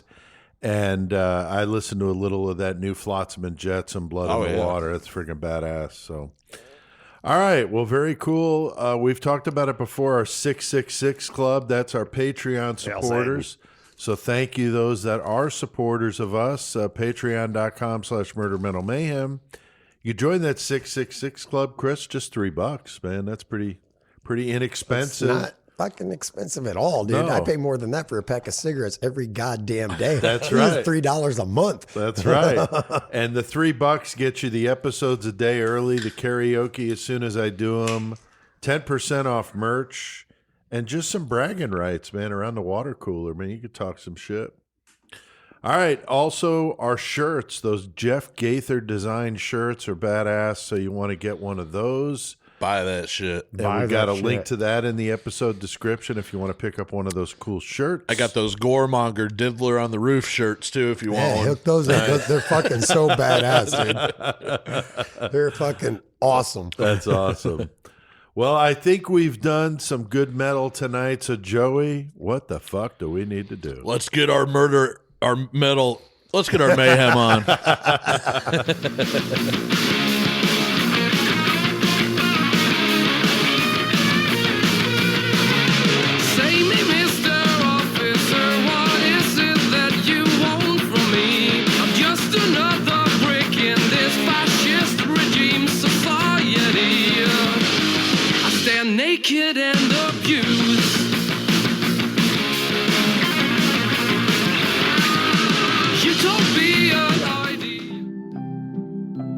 Looking for a Christmas gift for that loved one who's hard to buy for? Well, look no more. Pick up an audiobook from our latest collection, Serial Killer Classics, and hear convicted serial killers read the classics. How about Henry Lee Lucas reading Shakespeare? Oh, Romeo, wherefore art thou, Romeo?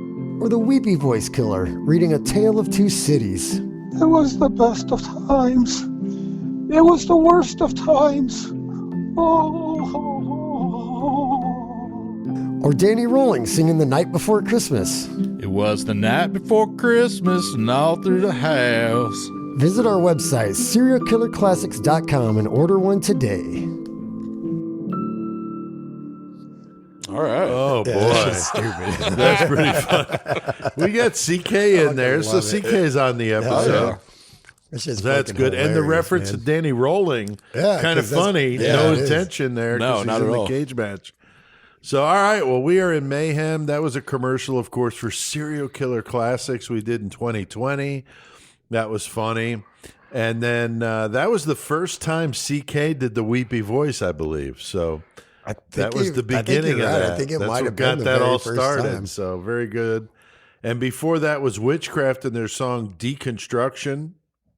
Yeah. And good to hear Joey educating us on a little metal. So appreciate that. Unfortunately, CK, when you listen to this, you have to let me know how I did. That's right. Yeah, you got to critique that shit, bro. That's right. Now, you guys said you had a Mayhem story to share with us. So what do you got? Separate, but they're kind of like the same. They're kind of like the same. Okay, yeah. So you go ahead. Yeah, I'll go ahead. All right. So this is about a skateboard and getting expelled out of school in 6th grade. Oh, nice. So 6th grade, I live out in the country, whatever. I ride the bus to school every day. So I got the skateboard, and there's nowhere to skate where I live, right? Out in the middle of the country. Cornfields. The cornfields. There's a asphalt road that's rough as shit and a gravel road next to my house. Where the fuck do I skate, bro? I can't skate nowhere. So I was like, fuck it. I'm going to take my skateboard to school with me today, and I'm just going to miss the bus, quote, quote. That way I can skate around town. So I take my skateboard to school, and I get to class or whatever. My teacher, he's like, hey, you can't have the skateboard in the classroom. I was like, why not? I'm putting it in the closet with my coat, basically. Mind you, I'm in 6th grade. He's like, right. You just can't have the skateboard in the classroom at all. I was like, why not? He's like, you just can't have it in here. Take it down to the office. So I basically grabbed my skateboard, looked at it, and was like, you know what? Fuck you. I'm going to kill you. And proceeded to ride down the whole school on my skateboard all the way to the office. I was like, yeah, I'm in fucking trouble, basically. That was it. And I got expelled from school for the rest of the damn year. Wow. That was 6th grade. Wow. On the skateboard. All because of a skateboard. Wow. A gleaming jewel in the Shawback, history, family history. That pretty much, that happened. Okay. And I don't remember why we brought it up sitting on his front porch the other day at the Nation, and that story came up, and I was like, dude, that's funny because whenever I was a freshman in high school down in Mattoon, me and my buddy did the same thing. Some teachers got on us, and while we were in the halls between class, and we were like, fuck this, and we fucking got on our boards and skated out, and they had the fucking doors open leading to the outside, and I bust a 180 flip out the fucking 3 steps out onto the fucking thing. It was the coolest shit, but they were not fucking stoked on that at all. They weren't fucking, they weren't geeked on that. And this other time, we used to, I could spend fucking just hours on skateboard stories with stupid shit that we did, but one of the other most classic things was we literally, the fucking cop shop in Mattoon had the best set of steps in the whole fucking town. So we're like, man, we want to skate those. And we literally went out in front of the fucking police station and just fucking thrashing their steps. And they came out just are you fucking serious right now? And the cops hated us. Skaters and cops definitely didn't get along. So we were definitely intruding on fucking deadly ground. And they came out, fucking confiscated all our boards and all that shit. Bullshit. Yeah, it was fucked up. But yeah, we were fucking just stupid for fucking skating on the steps. Well, you guys bringing up school stories, it just reminds me of one of my sister, a funny story of my sister 4 years younger than me. I think she was either in kindergarten or 1st grade, and my mom got the call, she's sick at school, you got to come get her.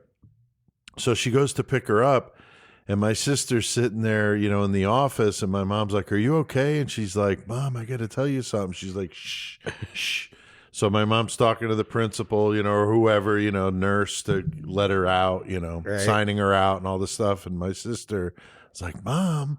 And she's like pulling on her to get her attention. And my mom's like, be quiet, wait a minute. Right. You'd be like, dude, shut up. I'm trying to So they get in the car and my mom's like, what? And she goes, well, I was trying to explain to you what happened. She said, the teacher's birthday is today. So we were all hiding under the desks to surprise the teacher. Yeah. And there was this girl in her class who was Asian, and she had a name. I think her name was Twee. And she goes, Twee's butt was right in my face, and she farted. And I threw up. She goes, I'm not sick. My mom's like, well, you're already signed out. I guess I'm just taking you home. So yeah, my sister, kindergartner, first grade. Yeah, so, that's hilarious. Yeah. Dude. So she's like, whatever. I guess you're coming home early today. So That's hilarious. I may have a story. yeah. I don't. Hang on. Hold on just a second, Mike. All right, we had to get Sexy Bearded Handyman a track up here because he has a little mayhem story for us. So, Mike, why don't you share with our listeners your mayhem? So this took place years ago, probably 30. Yeah, don't use any real names if you're going to include anybody. Make It's up family. names. That's up to you, I guess. So I use grew my up, family's names. right. I grew up out in the country and on a farm. And one day, my uncle was over, and my dad and him were doing target practice. And we lived on, it was very hilly where we were. So I mean, anywhere you walked outside you either went downhill or uphill. So they had set up this old water heater and some cans to take pot shots dude. at, right? That's Right. what you do out in the country. Right. Just firing the pistol, no big deal. I'm probably 10. Okay. Old enough to know better, but I did it anyway. not using my brain. Did it anyway. Right. So at one point, the cans are all knocked down. My dad wanders down the hill to set the cans up, and I'm sitting there looking, and I pick up a rock, and I was like, I bet I can hit those cans from Oh, wow. I don't know if you can see where the story's going, but my Yeah. dad's 6'3". Yeah, I bet you hit your dad in the 250 fucking pounds, head. a Vietnam veteran. And my dumbass picks up a rock to hurl at the cans, Oh, damn. and I drop his ass. Oh, my God. I hit him square in the back of the head. Oh, my God. And he goes down on his knees and Damn. falls forward, and I'm like, Oh, Shit. Shit. The fact you're sitting here right now was amazing. Right? right? And he gets up and he's laughing. I'm like, this isn't good either. Is that where the enjoy the moment came from? But he gets up and he's kind of laughing and smirking to himself. He's like, you ever do that again, you better fucking kill me. Oh, fuck yeah. Nice. So That's good. That's a Hell good yeah. one. Yeah, we love telling some mayhem stories here. All right. I mentioned before my Creation of Chaos 3 book is available on audiobook, if that's your thing, on Audible, iTunes, and Amazon. So if that's your thing, you can buy it locally at the Painted Wraith. Did you bring more? I did bring more. I bet. At the Painted Wraith Curiosity Shoppe here, where we are right now in downtown Bloomington, Illinois. And again, I'll be doing a book signing on Saturday, October 30th from 1 to 4 p.m. Also, next Saturday, the 23rd of October. 2 days after this episode comes out. That's right. So right after this episode comes out, October 23rd, 2021. We got to remember to put the years in because, we never know. People might listen to this 5 years from now. Right. Like you said, Yeah. Joey, show up somewhere on a Tuesday. Like, where the fuck are these guys? I learned a long time ago, I do a lot of flyers for shows and all that shit. And I learned a long time ago, I put the fucking year on every one of those. Right. Because you see some of the old flyers. Yeah, and you're like, when the was fuck that? was this? Right. Yeah, that's a good You point. want to know the date. I remember the show, but what year was it? Yeah, that's Some a shit good like point. that, yeah. So October 23rd at the I Hotel in Champaign, Illinois from 11 a.m. to 8 p.m., one day only. Go to the episode description so you can follow the website, get your tickets ahead if you want, or at the door. And I'm going to be there at the Murder Metal Mayhem booth. I'll have my books. I'll have all the Murder Metal Mayhem merch. I will have it all. I'll even have the forearm there, Joey. They can take selfies. If they want to shove it up their ass or cooch. Well, I don't know about that, because I don't have the ability to be able to clean that thing off right before I bring it home. You can take pictures of it and imagine that's what you're doing. Real quick, too, like the forearm we're talking about, we got, from Tony Campagna, Spellbound Effects. And I made an album cover for our buddy Jesse, Butt Chugging Jesse. Right. Yeah. And he hit me up and he was like, I want you to do a cover for my new album, but I want it to be a collage, like a digital collage. It is so inappropriate. He was like, I don't want to use a stock photo. I want to use, I want something made. So I was like, yeah, dude, I'll do that. I was like, I haven't done that in a long time. It's pretty cool. So for Jesse, of course, it's just like a bunch of dead babies and fucking corpses, and vaginas and penises and things. Right. So one of the things I used was a couple severed penises, but they were the ones from Tony Campagna. Oh, no So way. In this collage, they're actually fake penises, but they look fucking So as good as fucking anything real, I could have dude. found. Yeah. That's funny. That's funny. All right, well, we got our killer cage match to get to tonight, guys. This is where we take a list of 70 killers that we came up with, 70 objects for them to fight with. Our listeners provide the random numbers. Chris, we want to thank them once again. Yes, once again, we got Samantha Cram, Nicole Fisk, and Dan Lance. Once again, thank you guys. Fucking love it when you motherfuckers listen and fucking participate. Yeah, it's very cool. We got a good one tonight. Joey, what do we got going on here tonight? Kendall Francois from Poughkeepsie, New York. Stinky killer. Hell yeah. He decided to keep the corpses up in his house with him. Right. Where he's going up against Danny Rawling, the Gainesville Ripper, who went out and just fucking killed. Pretty brutal shit. Yeah. Both of them brutal. Mm-hmm. Yeah. And tonight they're going to have a couple of objects to make this interesting. They've got a snapping turtle and a 5-gallon bucket of glass shards. That would make things interesting. That's pretty violent. And the variable is Tony Soprano after drinking a fifth of McCormick whiskey. So, Chris, we got Tony Soprano. First of all, I'm just throwing out there, Tony ain't drinking McCormick's, bro. I know, but I'm just making it fun. Tony just balling like he's like, you drink that shit, Shawbag. I got this good shit. I know. And he's gonna sit back and watch and put bets on the fucking fight himself. Probably. That's Tony. He's just like being Tony. So we got Kendall Francois, Danny Rolling in a cage, fighting to the death with a snapping turtle and a 5-gallon bucket of glass shards. And somewhere in there, Tony Soprano drinking some cheap McCormick whiskey. What do you think, Chris? Yeah, like I said, Tony's just sitting back and watching. He's like, he's got his whole crew with him. Like, hey, I got 20 on, but yeah, I mean, they're just being all right gangsters, dude. Like, watch this, because they brought them all together. That's how they're fighting. Because Tony's just like, get these guys together. I think Danny though is gonna grab that fucking 5-gallon bucket. Because Kendall's too fucking lazy sitting in his dirty ass house stinking shit up. Kind of slow. And he's going to grab that bucket of fucking glass and just randomly throw it at the snapping turtle. And the snapping turtle is going to get fucking pissed off at fucking Danny and fucking bite his fucking balls off. And so Danny's laying there. So Kendall gets up because he's like, what the fuck's all this commotion? And he just kills him and throws him in the room with the other fucking motherfuckers, and Francois gets it. Okay. Joey, what do you think, dude? I think they're gonna be in that ring right there, and fucking old Danny Rawling, he's gonna have a little bit of a heads up because he knows that snapping turtle over there, and the likes of which, because he's used to them things down there in Florida. That's what I was gonna say. So he's looking more at apt to see him down there. Oh there. yeah, so he's looking at fucking Kendall Francois, and he's like, man, you look like you're starving, bro. You look like you could use a meal. I got this turtle. And Francois like, fuck yeah, I'd love to eat the shit out of that turtle, not knowing how brutal it is. So fucking, oh damn. So fucking Danny Rawling throws the fucking snapping turtle at him, which starts fucking snapping at fucking Francois. At the same time, he fucking grabs that fucking thing of fucking glass shards and starts shoving them up fucking Francois' ass, fucking making a bloody mess, which in turn, the drunk ass Tony Soprano, because he's not used to McCormick's whiskey, right? He's like, come over here, man, get you a piece of this ass. It's already lubed up. So he fucks that fucking glass infected asshole. Oh my God, dude. So I'm going to go with Danny Rawling. Wow. He's going to write a song about it afterwards. Okay. Danny Rawling, like writing songs. Holy shit. And that's why we love to have Joey close it out, because Joey's usually got that good imagination.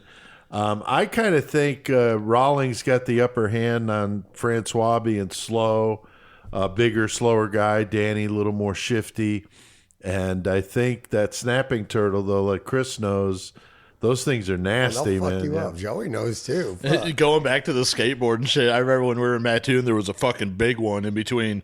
It was like on a road in the country, but there was like a creek on one side, so it obviously was crossing. Yeah. But we're fucking going out to the airport because we'd skate out there sometimes. And Sarah Bush and Mattoon, Charleston's like in between the town, you know? Yeah. So we'd fucking skate out there. And dude, we fucking saw that motherfucker and we're like busting kickflips over this fucking. And dude, it's snapping at us. Oh and my shit. God. Yeah, it was like, oh man. Not the smartest thing. Not the smartest, but back then it was like, this is dope. All right. Well, I think we've done plenty of mayhem tonight, guys. So let's hit that outro.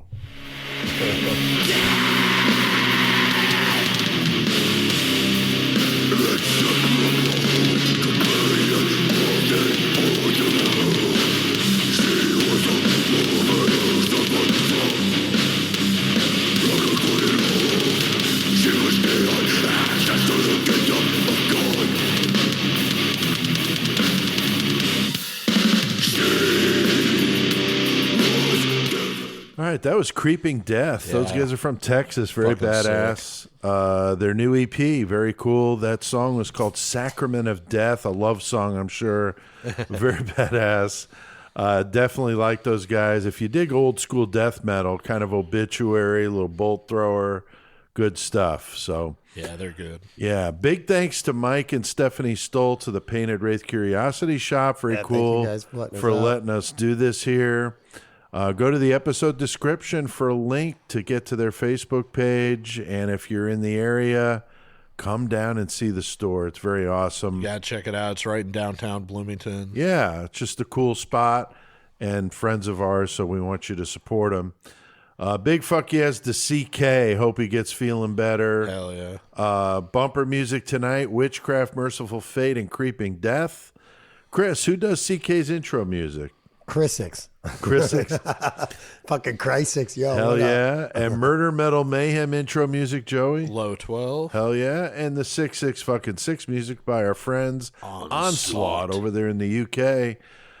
Thanks to all you guys listening out there. Speaking of the UK, they're always number 2, man. Them in Australia battling it out. I was going to say, I saw the new list, and like number 2 was, I can't remember who it was. Akron, Ohio. Yes, that's it. And that's what I was surprised about. I was like, holy shit, Akron just fucking blew up. Just totally took, it's crazy.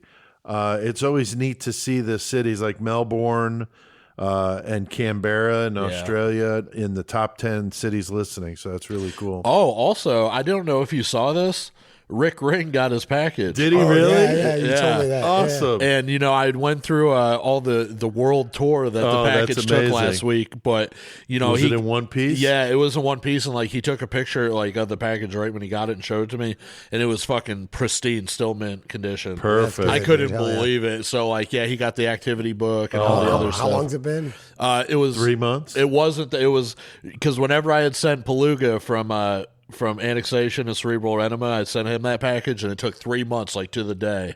And this one was 5 days away from 3 months. So Rick's package didn't take quite as long, but it was still almost 3 fucking months. Though. Wow. That's fucked up. Chris, I ordered I know it's hard to believe I ordered another shirt. You would never order another shirt. The guy that makes that Albert Fish Gone Fishing shirt that I have, he makes an Iceman shirt, but I never have seen it in my size. Now it is. So I ordered an Iceman shirt. Fuck yeah. He's got a satanic symbol on his head. I think I've seen that shirt. Yeah, with his eyes rolled back and shit. Yeah, I think I've seen that. I'm pretty psyched about that. And I've decided I'm going to wear my Panzram shirt to the Dark History Convention. Hell yeah, dude. A little old school. All right, Chris, we got some listeners that we got some good comments for. We appreciate everybody out there listening, but we got some good ones. We got Rita Hadser Dallas says, y'all kick ass. I'm a listener in Texas and love you guys. I love when Tex come on. He sounds like a hunk. Oh, damn. Oh, man. Might get Tex's wife a little mad about that. Might get Tex's wife a little upset. She listens to the show. So. Got groupies, Tex. Oh, boy. We don't want to do an episode on that fucking love. Oh, hell no. That crazy. Hell no. Joey? Donnie Simmons, 888, commented, I really love the Crowley episode. My favorite of all the ones I've heard so far was the West Memphis 3 episode. Fucked up story. You guys did it justice. Thank you very much. Very cool. And then Mary Billings Girl commented, you guys are the best. I listen every week in New York, and this is what gets me through a shitty week at work. Horns high. That's really cool. Sorry about your shitty week at work, but Mary, we're glad that you like Murder Metal Mayhem. Glad we can help. For sure. Yeah, for sure. Chris? Donna Grossinger says, I have so much fun listening to you guys. Those fake commercials are awesome. You can really tell you guys have a blast. Love you, and listener in Jose, California. Oh, yeah. San Jose has been in and out of that top 10, too. That, So that's awesome. You can check out murdermetalmayhem.com to listen to all the past episodes. You can like us on Facebook, follow us on Twitter, and subscribe to the YouTube channel. Check out the show on pretty much any platform that's out there. So whatever way you listen, thank you. Yes, sir. Support the show. Join that 666 Club, patreon.com/murdermetalmayhem, $3 a month. And again, all these links will be in the episode description. You can go to creationofchaos.com if you want to pick up one of my books, and you can check out the episode description to get one, or you can order the book on Audible if you like, ebooks or audio books. You can get them all sorts of ways. So very cool. And I like money on my books. There you Dude, go. I've been in jail before. I do too. I love money on my books, bro. Some ramen noodle. Yeah. Right? Fucking right, dude. So we can't let him go without hearing a karaoke song. Brian Ward requested Yes, he this, did. Yeah. so I had to deliver it. This was specific for this Witchcraft episode, so I got it done. And Brian's wife listened to it and said I sounded like Dr. Teeth on the Muppets. So Yeah, perfect. I'll take that as a compliment, whatever. So crank this one up, and until next time, keep one foot in the gutter. And keep both them fists stirring that cauldron.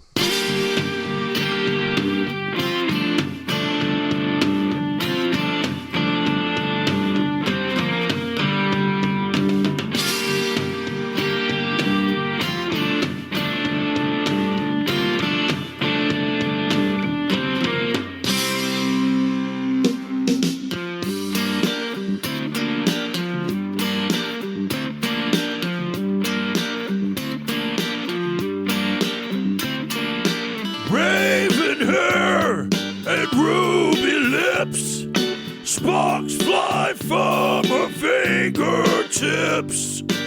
Echoed voices in the night. She's a restless spirit on an endless flight. Woo, witchy woman, see how high she flies. Woo, witchy woman, she got the moon in her eye.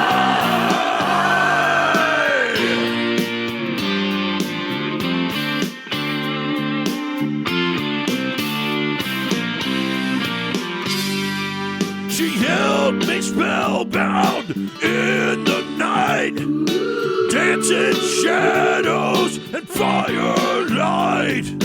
Crazy laughter in another fucking room, and she drove herself to madness with a silver spoon. Woo, witchy woman, see how high she flies. Woo, witchy woman, she got the moon in her eye.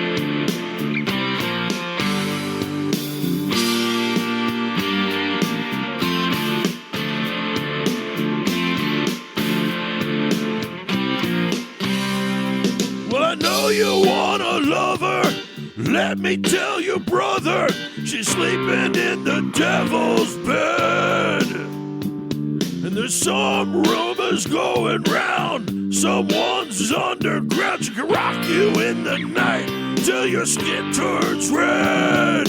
Whoa, witchy woman, see how high she flies. Whoa, witchy woman, she got the moon in her eye. Fuck yeah! Murder Metal Mayhem, bitches!